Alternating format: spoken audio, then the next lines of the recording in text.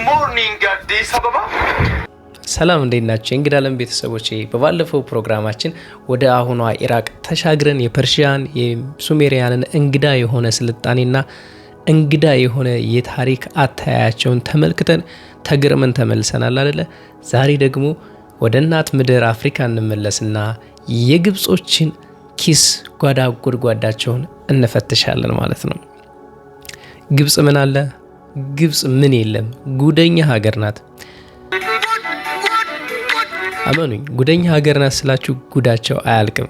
ውስጡ ለቂስ ነው ይላል አይደለ የኛ ሀገር ሰው። በእርግጠኝነት ስለ ፒራሚዶቻቸው ሲነገረን ስንማር ያደግነውንና አሁን ላይ እየወጡ ያሉ መረጃዎችን አነጻጽረን ስንመለከት ተጨፈኑና እናሞኛችሁ ስንባል እንደኖርን ቁልጭ ብሎ ይታያቸዋል። ብቻ እናንተ ጥቂት ደቂቃ ብቻ አውሱኝ፣ አትጸጸቱበትም። ለመሆኑ የግብፅን ፒራሚዶች ማን ሰራቸው ነበር ተብለን የተማርነው?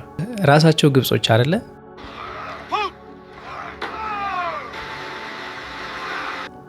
ነገር ግን አሁን የምናወራው ኤሊያኖች ሰሯቸው ወይስ ኔፍሊሞች ሰሩላቸው? ራሳቸው ግብጾች ሰሯቸው ወይስ ደግሞ በጽሁፎቻቸው እንደሚታየው የግብጽ ጠንቋዮችና አስማተኞች ድግምትን በመጠቀም ሌቪቴሽንን በመጠቀም እነዚህን ፒራሚዶች አቆማቸው የሚለውን ጨምረን እንዳስሳለን። ጥልቅ ብዬን ውሃ ወሰዳት እንዲሉ ደግሞ አይ የለም እስራኤሎች ናቸው በባርነት በነበሩበት ዘመን ሰሩት የሚባለውንም ሃይፖቴሲስ አይተነው እናልፋለን ማለት ነው። እስከ ዛሬ ሜንስትሪም ሳይንቲስቶች፣ አርኪኦሎጂስቶችና ኢጂፕቶሎጂስቶች ሲነግሩን የነበረው አጠቃላይ የታሪክ ትምህርት ጠቅላላ ውሸት የነበረ ቢሆንስ? እንዴት? መልሱን በዚህ ቪዲዮ። ሌላው ጉዳይ ለምንድን ነው ተሰሩ ተብለን የተማርነው? ለፈርዖን መቃብር አይመስለኝም። ለምን አትሉኝም? እሱንም በዚህ ቪዲዮ እናያለን። ማን ያውቃል? ምናልባት ዘላለማዊ የሆነ የኃይል ማመንጫ ቢሆንስ? ለመሆኑ የምትናገረውን ታውቀዋለህ? ይህንን የሚደግፍ መረጃ አለ? በስነ ስርዓት። በቅርቡ ከአርኪኦሎጂውና ከኢጂፕቶሎጂስት አጥኞች ዙሪያ ኃይለኛ በትርና የስድብ ናዳ ሲወርድባቸው የነበሩ ሁለት ሳይንቲስቶች ብቅ ብለዋል። እነዚህ ሁለት ሰመገናና የሆኑ ሳይንቲስቶች ያገኙት ነገር ምንድን ነው? ከግብፅ ስር በጣም ሰፊና ውስብስብ የሆነ ከተማ አለ የሚል ክሌም አቀረቡ። ታዲያ ጥናታቸውን በጥናት ከመሻር ይልቅ ለምንድን ነው የሁሉ ዱላ የወረደባቸው? እውነት ከግብፅ ስር ፒራሚድ አለ? ወደ ዝግጅታችን እንለፍ። ለሙት የለውም መብት ይላል የሀገራችን ሰው። ገና ለገና እነዛን ውብ የሆኑ ፒራሚዶች የሰሯቸው ጭንቅላቶች ክንዶቻቸውን ተንተርሰዋል ተብሎ ይሄ ሁሉ ማቃለልና ክብረ ነክ ሊባል የሚችል ማቃለል ሲደርስባቸው ለትዝብት ይዳረጋል። ለመሆኑ ሜንስትሪም አርኪኦሎጂስት ስለ ግብፅ ፒራሚዶች ምን ትላላችሁ? እውነት ለመቃብር ብቻ የተገነቡ ናቸው? ነገር ግን እኮ በውስጣቸው እስከዛሬ አንድም አይነት አስከሬን አግኝታቸው አታውቁም። ታዲያ ይሄ ባልሆነበት ለምንድን ነው የፒራሚዶችን የመገንባት ዓላማ ለፈርዖን መቃብር ነው የምትሉት ብዬ ጠየቅኳቸው። አቤኔዘር ለምንድን ነው ዝም ብለህ የምታወራው? መጀመሪያ ጠይቅ፣ ያልገባህ ነገር ብዙ አለ አሉኝ። እሺ አስረዱኝ ብዬ ቀረብ ስላቸው እንዲህ አሉኝ። የግብፅ ፒራሚዶች የተሰሩት ከ4500 ዓመት በፊት ብቻ ነው። ኦ ማይ ጋድ! የሰሯቸውም ራሳቸው ግብፃውያን ኢንጂነሮች ናቸው። የሰሩትም ለፈርዖን መቃብር ነው። ታዲያ ለምንድነው ፈርዖኖች አስከሬናቸው ያልተገኘው ካልከን ደግሞ ከአርኪኦሎጂስት ቀድመው ለብዙ ዘመናት ሲበዘብዙት የነበሩት በርካታ ሌቦች ወደ ውስጥ ገብተው አስከሬኖቹን ስለወሰዷቸው ነው። ምክንያቱም አስከሬኖቹ የተሰሩበት ማዕድንና በውስጡ አብሮት የተቀበሩት ጌጣጌጦች በጣም ቫሉዌብል በመሆናቸው ነው። ከዛ ውጭ ግን የፖለቲካ የማህበራዊና የሃይማኖታዊ አንድምታው የፒራሚዱ ግዙፍ መሆኑ እኮ አይካድም አሉኝ። ማለት ደነገጥኩ።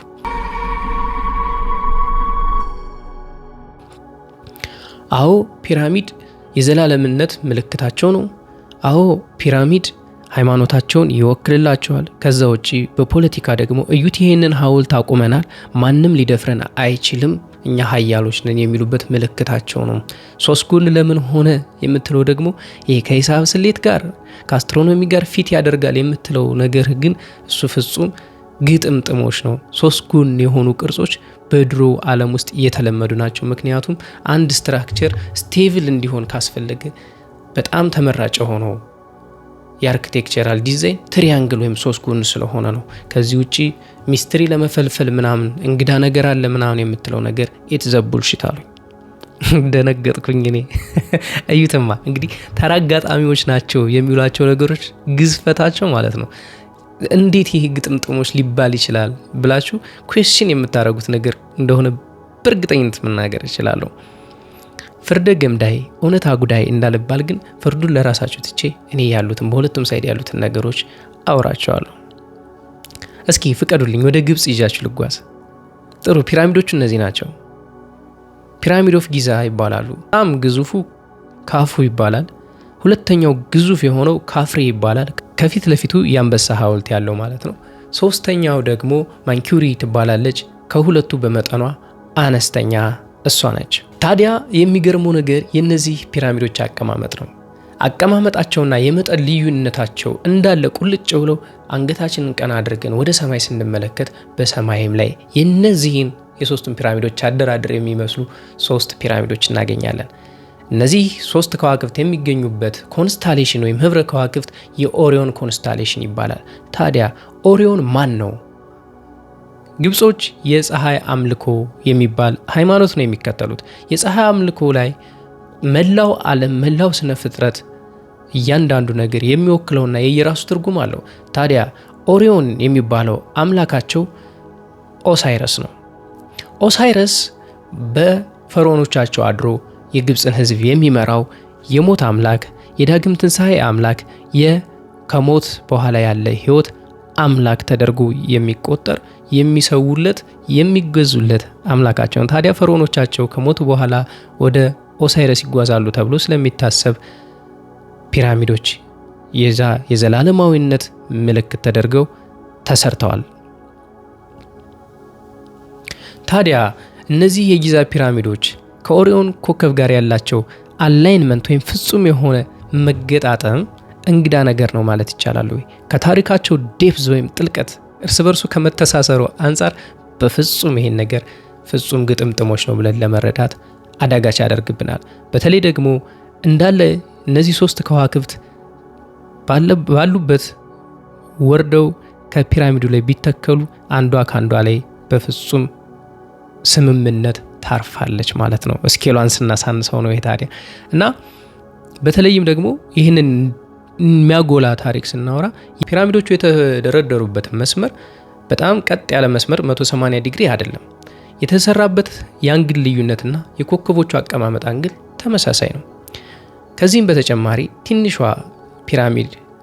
ትንሽየዋ ፒራሚድ ማንኩሪ ከትንሿና ብርሃኗ ደብዛዛ ከሆነው ከኦሪዮን ቤልት ኮከቦች አንዷ ጋር ስምም ነች። ሁለቱም እንደዛው ግዝፈታቸውና ብርሃናቸው ከዚህኛው ከመሬት ላይ ካለው ግዝፈታቸው ጋር ፍጹም ትይዩ ነው። እነዚህ ነገሮችን ሁሉ ኮኢንሲደንስ ወይም ደግሞ ተራ ግጥምጥሞች ነው ብሎ ማለፍ በጣም አስቸጋሪ ነው። ይሄ ብቻ አይደለም ዘመናዊ አርኪኦሎጂስቶች በግጥምጥሞሽነት የሚያልፉት ጉዳይ፣ ሌሎች በርካታ ጉዳዮችን እንዲሁ አቃለው ያልፋሉ።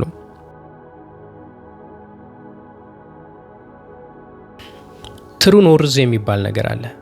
ይሄ ትሩ ኖርዝ አቅጣጫ ነው፣ የምድር ሰሜን ማለት ነው። ይሄ የሰሜናዊ አቅጣጫ በፍጹም የማይቀያየር ቢሆንም ለናቪጌተሮች ወይም ለተጓዦች የራሳቸውን የቤታቸውን ወይም የተነሱበትን አቅጣጫ ማወቅ በጣም ከባድ ነገር የሚያደርገው ጉዳይ አለ። ይሄም የመሬት ሽክርክሪት ነው። መሬት በተሽከረከረች ቁጥር የሰማይ ከዋክብትን ቀና ብሎ አይቶ የተነሱበትን አቅጣጫ ማወቅ በጣም ከባድ ነው። ስፔሲፊክ የሆነ አንድ ቋሚ አቅጣጫ ያስፈልጋል። ይሄ ትሩ ኖርዝ ይባላል። ይህን ትሩ ኖርዝ ግን አሁን ያሉት ጂፒኤስ እና ኮምፓሳችን እንኳን በትክክል ሊያስረዱን አይችሉም፣ ወይም ደግሞ በጣም አዳጋች ይሆንባቸዋል።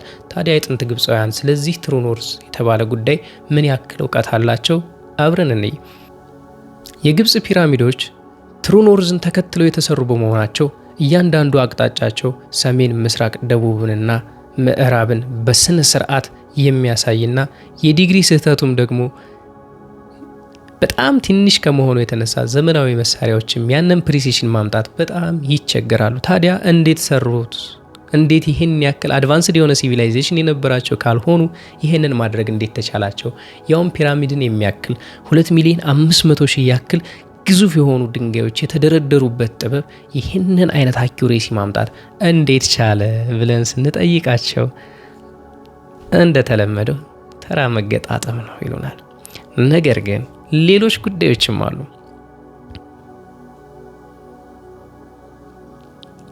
ይሄ ትሩ ኖርዝ ግጥምጥሞች ነው እንዳንል የሚያደርግን ጉዳይ አለ። ለአርኪቴክቸር፣ ለኢንጂነሪንግ ናቪጌት ለሚያደርጉ ለተጓዦች የሰማይን ካርታ ለመሳል የወቅቶችን ፈራረቅ አንደርስታንድ ለማድረግ የተፈጥሮ አደጋዎች ለመተንበይና ቀድሞ ለመከላከል ለግብርና ለየዕለት ተዕለት ኑሯቸው በጣም ወሳኝ የሆነ ነገር ከመሆኑ አንጻር እነዚህ ሁሉ ነገሮች በጥንታዊ ግብጽ ስልጣኔ ውስጥ አብበው ጎምርተው የነበሩ ነገሮች ከመሆናቸው አንጻር ይሄንን ጉዳይ ግጥምጥሞች ነው ብሎ ለማሳነስ በጣም አስቸጋሪ ጉዳይ ያደርግብናል። ሌላኛው የዘመናችን የሌዘር ቴክኖሎጂ ለማምጣት የሚቸገረውን የወለል ባላንስ ወይም ደግሞ የውሃ ልክ የግብጽ ፒራሚዶች ላይ እናገኘዋለን። ሌዘር ባልነበረበት በአይናቸው ብቻ ለክተው መጥረቢያና አድዋማን ብቻ ተጠቅመው ጠረቡት የሚሉትን ድንጋይ የውሃ ልኩን ስናየው በጣም የተስተካከለና ስቴብል ሆኖ ስናገኘው አሁን ካለው የሌዘር ቴክኖሎጂያችን ጋር ያውም ደግሞ ሶፊስቲኬትድ የሆነ ኮምፒውተር ሶፍትዌርን ተጠቅመው መስራት ብቻ የሚችሉትን የወለል የውሃ ልክ ማምጣት መቻላቸውንም እንደ ተራ ግጥምጥሞችና የሰዎቹ የረጅም ጊዜ የሥራ ልምድ ያመጣው እንደሆነ እንድንረዳ ሲጠብቁን አይንን ተጨፈንና ላሞኝህ ድጋሚ ትዝ ይለናል። አጀብ ነው። የዚህ ስልጣኔ ባለቤት ማንም ይሁን ምን ስለ ምድርና ስለ ሰማይ ስለ ህዋውና ስለ ከዋክብቱ ያለው እውቀት ግን በጣም አስደናቂ ነው።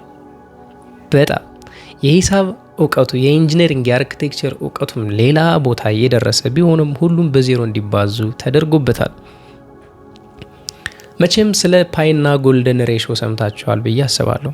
ጎልደን ሬሾ የምትባለው ወርቃማዋ ህግ ዓለማችን ላይ በጣም ፌመሷ የማትማቲካል ኮንስታንት ሳትሆን አትቀርም ብዬ አስባለሁ። ተፈጥሯዊ የሆኑ ውብ የሆኑ ነገሮች ላይ በሙሉ ባላንስ ያላቸው፣ ሃርመኒ ያላቸው፣ የተረጋጉና ጠንካራ የሆኑ ተፈጥሯዊ ጉዳዮች ላይ በሙሉ ይሄ ጎልደን ሬሾ ይገኛል። ምናልባት የአምላክ ቁጥር ነው ብለው የሚጠይቁ ሰዎች አሉ። አበቦችን፣ ቅጠሎችን፣ የእንስሳትንና የእጽዋትን አካላት፣ ቶርኔዶ እና ሃሪኬን የመሳሰሉ የተፈጥሮ አደጋዎችን፣ የጋላክሲዎችን ስፓይራል ሼፕ ጨምሮ በርካታ ጉዳዮች ላይ ስትሄዱ ይሄ ጎልደን ሬሾ በስነ ስርዓት አፕላይ ሲደረግ ታገኙታላችሁ። ምናልባት ስለ ጎልደን ሬሾ ፈርዘር ሰርች ማድረግ ትችላላችሁ። ነገር ግን አንድ ምሳሌ ከሰው አካልም ልንገራችሁ። ይሄ ከዚህ እስከዚህ ያለው የእጃችን ክፍል የዚህ የመዳፋችን ሲባዛ በጎልደን ሬሾ ብዜት ይሆናል።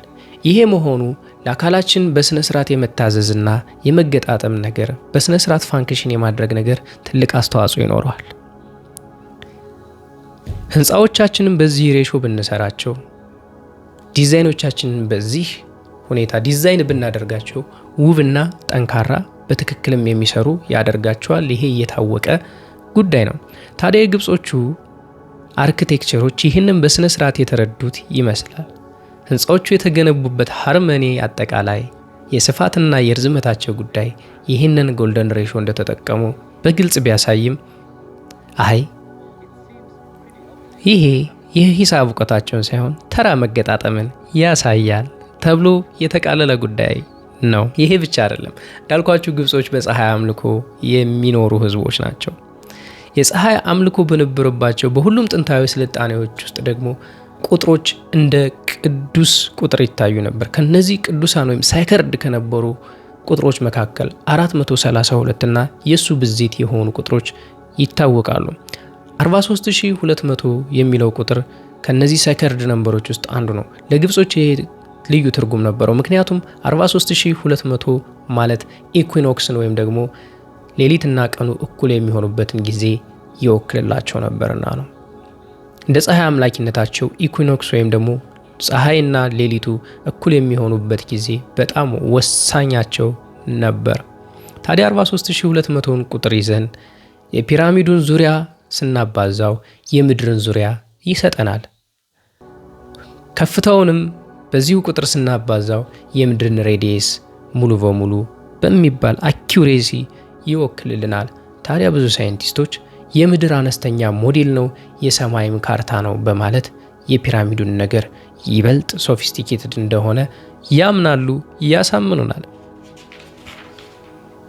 ነገር ግን ይሄ ለኢጂፕቶሎጂስቶችና ለአርኪኦሎጂ ተመራማሪዎች ፍጹም አይዋጥላቸውም። ለምን እንደሆነ ምክንያታቸውን በኋላ እናያለን።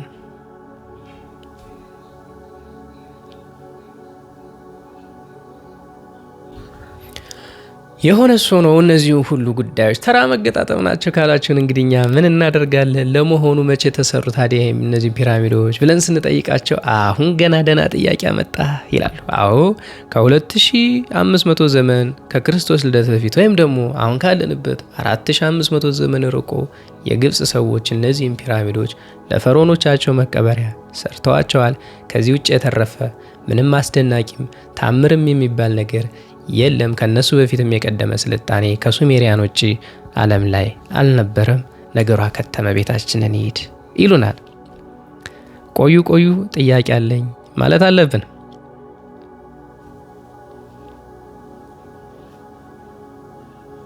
ሌሎች እኮ እድሜውን 13000 ይወስዱታል እንዴት ብለን ስንጠይቃቸው የመለሱንን እንገራቸው አለና ይህ ሁሉ አጋራችሁ ወደድኩ እናንተ ነው። እነዚህ ፒራሚዶች የተሰሩት ከ13000 ዓመት በፊት ነው።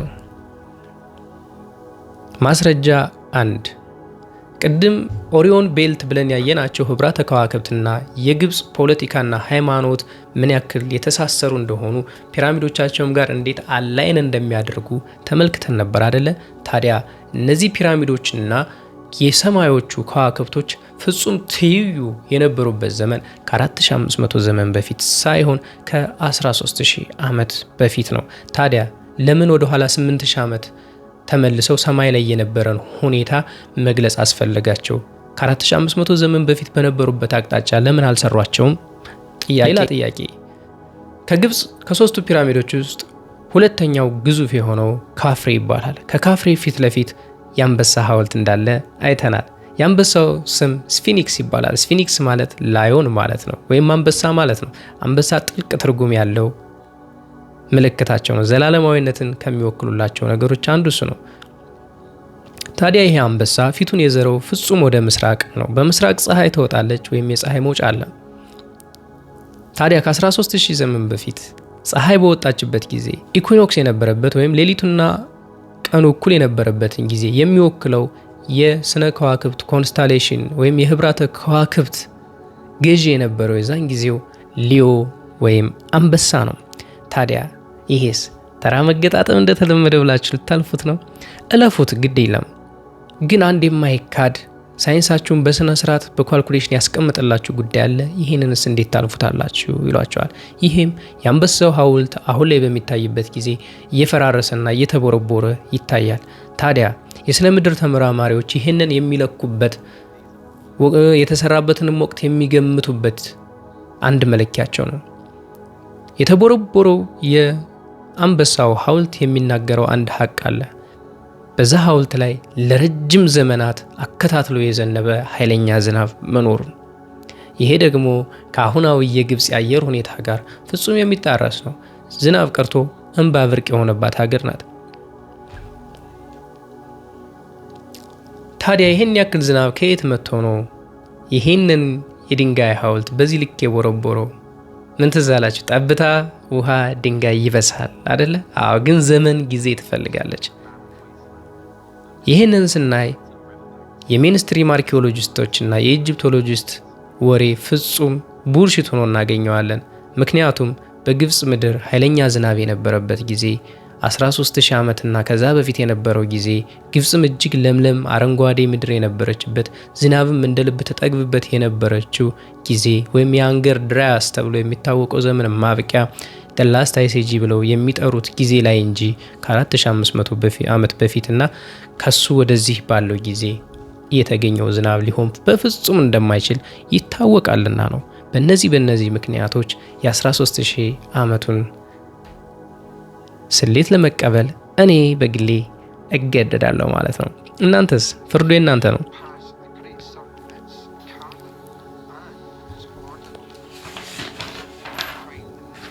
ምን እያልከን ነው? ለምን መዋሸት አስፈለጋቸው ልትሉኝ ትችላላችሁ። ወደሱ ልመለስ። እወራረዳለሁ በ1 ሚሊዮን ብር ሸለብ ሲያደርግ ነው ስልኩ የሚል ጭርር የሚል ግጥም ጽፋ አይቻለሁ። ምንድነው እያልከን ያለው ነው? ምክንያት ዘመናዊ ሳይንስ የራሱ የሆነ ስምምነቶች ያስፈልጉታል። በኢቮሉሽን ቲዮሪ እያሰላ የሰው ልጅ ዝግመተ ለውጥ እያሰላ ሲመጣ ስልጣኔ የተጀመረ ብሎ የሚያምነው ከ7000 ዘመን በፊት በሱሜሪያኖች ነው። ስለዚህ 13000 ዓመቱ ትረካ በፍጹም ከዚህ ጋር የሚቃረንና የሰው ልጆችን ኢቮሉሽን ብሎ የሚዘረዝረውን ነገር በፍጹም የሚያጣረስበት ጉዳይ ነው። ሁለተኛ ከ13000 ዘመን በፊት ተሰራ ማለት ይሄ ፒራሚድ ግብፃውያኖች አልሰሩትም ማለት ይሆናል። ምክንያቱም ግብጾች በዛ ምድር ላይ ከ13000 ዘመን በፊት እንዳልነበሩ የታወቀ ጉዳይ ስለሆነ ነው። በመሆኑም ግብጾች ይህንን ናሬሽን የሚከተል ሳይንቲስት ካገኙ ፒራሚዶቻቸውን እንዳይጎበኝ ወደ ሀገራቸውም እንዳይገባ ያግዳሉና ፒራሚዶቻቸው አክሰሳችን ለፒራሚዶች ያለን አክሰስ ዝግ እንዳይሆን ፈርተውም ሊሆን ይችላል። ሌላው ግን እነዚህ ከህብራተ ከዋክብት ጋር ያለውን ጉዳይ ተቀበሉ ማለት እድሜያቸው 13000 ዘመን ነው ማለት ማን ሰራቸው የሚለው ጉዳይ ላይም ጥርጣሬ እንድንፈጥር ጥያቄ እንድናነሳ ያደርገናል። ይህ ብቻ አይደለም። የሃይማኖታቸውን ጥንካሬና ከመንፈሳዊ ጉዳዮች ጋር ያለው ግንኙነት እጅግ ግልጽ ስለሚሆን ሳይንስ ደግሞ መንፈሳዊና መንፈስ የሚባሉ ጉዳዮችን የማይቀበል በመሆኑ ጥያቄ የሚያስነሳ ቅንድብንም የሚያሰቅል ጉዳይ ሆኖ ስላገኘው ይህንን መቀበልም ስለማይፈልግ ሊሆን ይችላል። የሆነው ሆኖ ብዙ የተዳፈኑና የተደበሰበሱ ጉዳዮች ያሉበት ወሳኝ እንግዳ ጉዳይ ነው የግብጽ ፒራሚዶች ነገር። ታዲያ የሆነው ሆኖ ማን ሰራቸው? እነሱ እንደሚሉት 5000 እስከ 10000 የሚደርሱ ኢሊት የሆኑ የግብጽ ኢንጂነሮች ሰሯቸውን? ለመሆኑ የግብጽ ፒራሚዶች ስለራሳቸው አሰራር ምን ይላሉ? እንግዲህ 2,500,000 ግዙፍ ድንጋዮች፣ የተለያየ አይነት ህብር ያላቸው ድንጋዮች ከተለያዩ ቦታዎች ከ3 ኪሎ ሜትር እስከ 100 ኪሎ ሜትር ድረስ ርቀት ተሰብስበው የተገኙ እነዚህ ድንጋዮች የተሰሩት በማን ነው? እንዳልኳችሁ ከ13000 ዘመን በፊት ከሱሜሪያን ስልጣኔም ጋር ይያያዛል የነበሩ ኤሊያኖች ወይም ምድራችንን ይገዙ የነበሩ የሌላ ዓለም ፍጡራን ገንብተዋቸው ሄደዋል የሚሉ አሉ። የለም ድንጋዮቹ በጣም ግዙፎች ናቸው፣ በሰው አቅም ሊነሱ አይችሉም። ስለዚህ በመጽሐፍ ቅዱስም ሆነ በጥንታዊ ስክሪፕቸሮች በስፋት ተዘርዝረው የሚገኙት ኔፍሊም ወይም ራአይቶች ወይም ደግሞ ግዙፎቹ እነሱ ገንብተዋቸዋል የሚሉም አሉ። ሌላው ግን በግብጾች ስክሪፕቸሮች የተገኙ በሄሮግራፊክሶቻቸው በጥንታዊ ጽሁፎቻቸው ማለት ነው እነሱ ውስጥ የተገኘ ጉዳይም ደግሞ አለ። እሱም የግብጽ ቀሳውስት ወይም ካህናት የፀሐይ አምልኳቸው ማለት ነው እነሱ የነበራቸው ስፒሪቹዋል የሆነ ፓወር ወይም ደግሞ ኃይላቸውን ተጠቅመው ድንጋዮችን ሌቪቴት አድርገው አንሳፈው ሰርተዋቸዋል። ይህንንም ለማድረግ ድግምቶችንና አስማቶችን ተጠቅመዋል የሚል ጽሁፍና ስዕል መረጃዎች አሉ። ነገር ግን ይህንን ማመን መቀበል በጣም ከባድ ነገር ነው አውቃለሁ። ስለዚህ ሳይንስ ይህንንም ውድቅ ያደርገዋል። ነገር ግን ይህን ተቀበልን ማለት የታሪክ ናሬሽናችን ጠቅላላ ዩተርን ይኖረዋል ማለት ነው።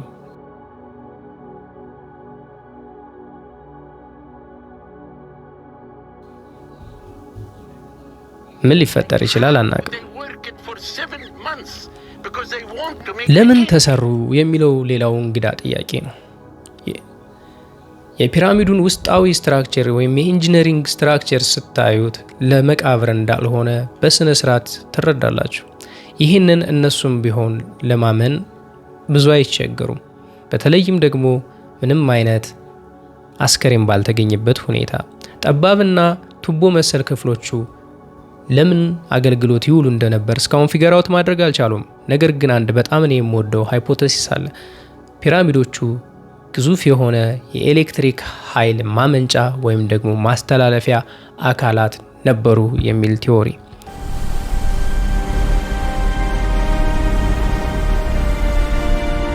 ይሄ አሁንም በሜንስትሪም ሳይንቲስቶች ፍጹም ተቀባይነት የሌለው ቢሆንም ይህንን ቲዮሪ ሰፖርት የሚያደርጉ መረጃዎች ግን በስነ ስርዓት አሉ። እንዳልኳችሁ ፒራሚዱ የተሰራበት የውስጥ የቱቦ መሰል ቅርጽ እና ውስጣዊና ውጫዊ ገጽታዎቹ የተገነቡበት ሚኒራሎችና ማቴሪያሎች ስፔሲፊክነታቸው ከኤሌክትሪክ አመንጭነት ጋር ፍጹም የሚያያዝ መሆኑ ደግሞ ይህንን ጥርጣሬ ከፍ እንዲል ያደርገዋል። ውጨኛው ክፍል የተሰራው ከኤሌክትሪክ ከማያስተላልፍ ድንጋይ ነው። የውስጠኛው ግን ኤሌክትሪክ ፓወርን ማስተላለፍ ከሚችል በሚጨመቅበት ጊዜም የተወሰነ ያክል ኤነርጂ ማውጣት የሚችል ድንጋይና ሚኒራሎች ተሰብስበው ተሰርተውበታል። በውስጡም የኮፐር ዋየሮች እንደተገኙ በስነ ስርዓት ይታወቃል። ሌላው ሁላቸውም ደግሞ በአንድ ድምፅ ተስማምተው የሚመሰክሩት ነገር የፒራሚዱ የላይኛው አናት ላይ ግዙፍ የሆነ ወርቅ ክምችት እንደነበረ ነው። ይሄ ወርቅ ደግሞ ኃይለኛ የኤሌክትሪክ አስተላላፊ መሆኑን ማንም የማይክደው ጉዳይ ነው። ከፒራሚዱ ስር የተገኘው ውሃስ ምንድነው አገልግሎቱ ስንላቸው አይ ግዙፍ ድንጋዮችን ለማመላለስ ተጠቅመውበታል የሚሉት አርኪኦሎጂስቶች ቢኖሩም የውሃው ጥቅም ከዚህ ከፍ የሚልና ኤሌክትሪክን ማመንጫ ሶርስ እንደነበረ የሚያምኑም ደግሞ አሉ። ለመሆኑ ይሄ ፒራሚዱ የኤሌክትሪክ ፓወር አስተላላፊ አመንጭ ወይም ደግሞ አጋጋይ ነው ብለው የሚያምኑ ሰዎች ሶርሱ ከምንድን ነው ብለው ያስባሉ ስንል እንዳልኳችሁ ፒራሚዱ የምድር ወካይ ሞዴል መሆኑን በቁጥራዊ ስሌት ካስቀመጡ በኋላ የምድርን አቅጣጫ፣ የምድርን አዟዟር፣ ስለ ተፈጥሯዊ አደጋዎች፣ ስለ ሰማይ ከዋክብቶች አጠቃላይ ካርታ በደንብ የሚያውቁት ግብፃውያኖች የምድርን ሽክርክሪት ወይም ደግሞ ሴስሚክ ዌቭን ተጠቅመው አንሊሚትድ የሆነ ኤነርጂ ለማመንጨት ፒራሚዶችን ተጠቅመዋል ብለው ናሬት ያደርጋሉ። ስለዚህ ያለምንም ኮስት መላው ዓለም መላው ህዝባቸው የኤሌክትሪክ ብርሃን እንዲያገኝ ለማስቻል ይህን ፒራሚድ ሰርተውታል ይላሉ። ይህን እውቀት የታመጡት የግብጾች ናሬሽን ከእውቀት አምላካቸው እንደሆነ ይናገራሉ።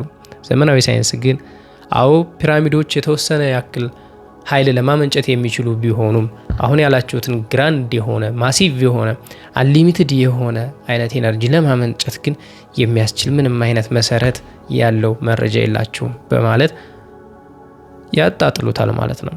እናንተ የቱን ታምናላችሁ? አሁን የምነግራችሁ ሪሰንት የሆነው ዲስከቨሪ ግን ይሄንን ሐሳብ የሚያጠናክር መስሎ ይሰማኛል። ልንገራችሁ። ፊሊፖ ቢዮንዴ እና ኮራዶ ማላንጋ የተባሉ ሁለት ጣሊያናዊ ስመጥሩ የሆኑ ተመራማሪዎች ላዳርና ቶሞግራፊ የተሰኙ ቴክኖሎጂዎችን በመጠቀም ከምድር ውስጥ ያሉትን ስትራክቸሮች የሚያሳይ መሳሪያ ያገኛሉ። ታዲያ ይህንን መሳሪያቸውን ተጠቅመው ከግብጽ ፒራሚዶች በተለይም ካፍሬ ከተባለው ከሁለተኛው ግዙፍ ፒራሚድ ስር ያለውን ስትራክቸር ለማየት ተጠቀሙበት። በዚህ ጊዜ ፍጹም እንግዳ የሆነ ጉዳይ ያገኛሉ። ሄሮዶቶስን ጨምሮ ጥንታዊ የታሪክ ተመራማሪዎች፣ የታሪክ ጸሐፊዎች ስለ ግብጽ በጻፉት ጽሑፍ ላይ የግብጽ ውስጥ ለውስጥ ያሉ ከተሞች እንዳሉ ካተበው አልፈዋል። ነገር ግን ይሄ በሚት ወይም በተረትነት የታለፈ ጉዳይ ቢሆንም ይሄ የቶሞግራፊ ስካን የሚያሳየው ነገር ግን ከግብጽ ፒራሚዶች ስር እውነትም ግዙፍ የሆኑ ኮሎኖች መቆማቸውን ነው። ይሄ እንግዳ ግኝት የሚያሳየው ከካፍሬ ፒራሚድ ስር 600 ሜትር ድረስ የሚደርሱ ከታች ደግሞ ከ2 ኪሎ ሜትር ርቀት በታች ደግሞ የተለያዩ መፋሰሻ ታናሎችና የከተማ ቅርጽ ያላቸው ስትራክቸሮች እንደተገኙ ያሳያል። በእነዚህ 600 ሜትር በሚረዝሙ ኮሎኖች ደግሞ ዙሪያቸውን የተጠመጠመ ቅርጽ እንዳለ አመላክቷል። እነዚህ ሁሉ ሰፖርት የሚያደርጉት ፒራሚዶቹ ፓወር ፕላንት ወይም ደግሞ ፓወር ስቴሽን መሆናቸውን ነው። ነገር ግን እነዚህ ሁለት ተመራማሪዎች ይህንን መረጃቸውን ይፋ እንዳወጡ ከያቅጣጫው ማአት የትችት በትር ተወረወረባቸው። በተለይ ፊዚሲስቶችን ጨምሮ አርኪኦሎጂስቶችና ሂስቶሪያን ይህንን ነገር በፍጥነት አጣጣሉት። መረጃችሁ ምንድነው እንኳን ብሎ ለመጠየቅ የደፈረ ሰው አልነበረም። ፊዚሲስቶች ወጡ፣ ይሄ ቴክኒክ ምናልባት በአስርት የሚቆጠሩ ሜትሮች ርቀት ላይ ያለን ጉዳይ እንጂ ኪሎሜትሮችን አቋርጦ የምድርን ወለል ማሳየት የሚችል ምንም አይነት አቅም የለውም በማለት ሲከሱ፣ ዛሂ ሐዋስ የተባለን ኢጂፕቶሎጂስት ስለ ግብጽ ታሪክ ተጠሪ የሆነ እያንዳንዷን የግብፅ አሸዋ አውቃታለሁ በማለት የሚፎክር የግብፅ ፒራሚዶች ከ4500 በፊት በእኛው 5000 ዜጎች ለፈርዖን መቃብር የተሰሩ የኃይላችን መገለጫ ናቸው፣ ከዚህ ውጭ ምንም አይነት ታሪክ የለም ብሎ በሩን የዘጋ 57 ዓመት ሙሉ በግብፅ ምርምር ላይ እድሜውን የፈጀ ክሎዝ ማይንድድ የሆነ አንድ ሰው አለ። ይሄ ሰው ለግብጾች እንደ ጠበቃ ይታወቃል። ምንም አይነት ሌላ አይነት ኦፒኒየን ያለው ሳይንቲስት ሲመጣ ክፉ በመናገር በማጣጣል የሚታወቅ ኃይለኛ ሰው ነው። አሁንም አልቦዘንም። ፍጹም እንግዳና ውሸት የሆነ ነገር ነው። ምንም አይነት ነገር ከግብፅ ፒራሚዶች ስር የተደበቀም ሆነ የተቀበረ የነበረም ታሪክ የለም። የምትሉት ነገር ሁሉ መሰረተ ቢስ ነው በማለት እሱም ቢሆን አጣጣለው። ነገር ግን መረጃቸው ጠንካራ በመሆኑ ይሄ ነገር ትኩረትን ስቦ በመላው ዓለም የሆነ ጊዜ መነጋገሪያ ሆኗል። ሳይንቲስቶቹም በተለያዩ ሚዲያዎች ላይ በመቅረብ የሰሩትን ስራ ከማንኛዎቹም ሰዎች ጋር በግልጽነት ለመነጋገር ድጋሚም ለመስራት እንደማይቸገሩ ኦፈር ያደረጉ ቢሆንም በዚህ በኩል ፈቀቅ ያለ ጉዳይ ግን እስካሁን አላገኘንም። ነገር ግን ከሰዎቹ ሌጂት ተመራማሪ መሆንና በጉዳዩ ላይ ካላቸው እውቀት አንጻር የተናገሩትም ነገር ከጥንታዊ ጽሑፎች ጋር ፍጹም ስሙም ከመሆኑ አንጻር ይህንን ነገራቸውን በቅንነት እንድንመለከተው እንገደዳለን። በተለይም አሁን እነሱ የተናገሩት ነገር ያሳዩትም ምስል እውነተኛ ከሆነ የታሪክ አረዳዳችን በፍጹም የሚቀየርና ዓለማችንም አሁን ከምናውቃት ፍጹም እንግዳ ሆነ የምትለወጥ መሆኗን ይመሰክራል። ለዛሬ በዚህ አበቃው። አመሰግናለሁ።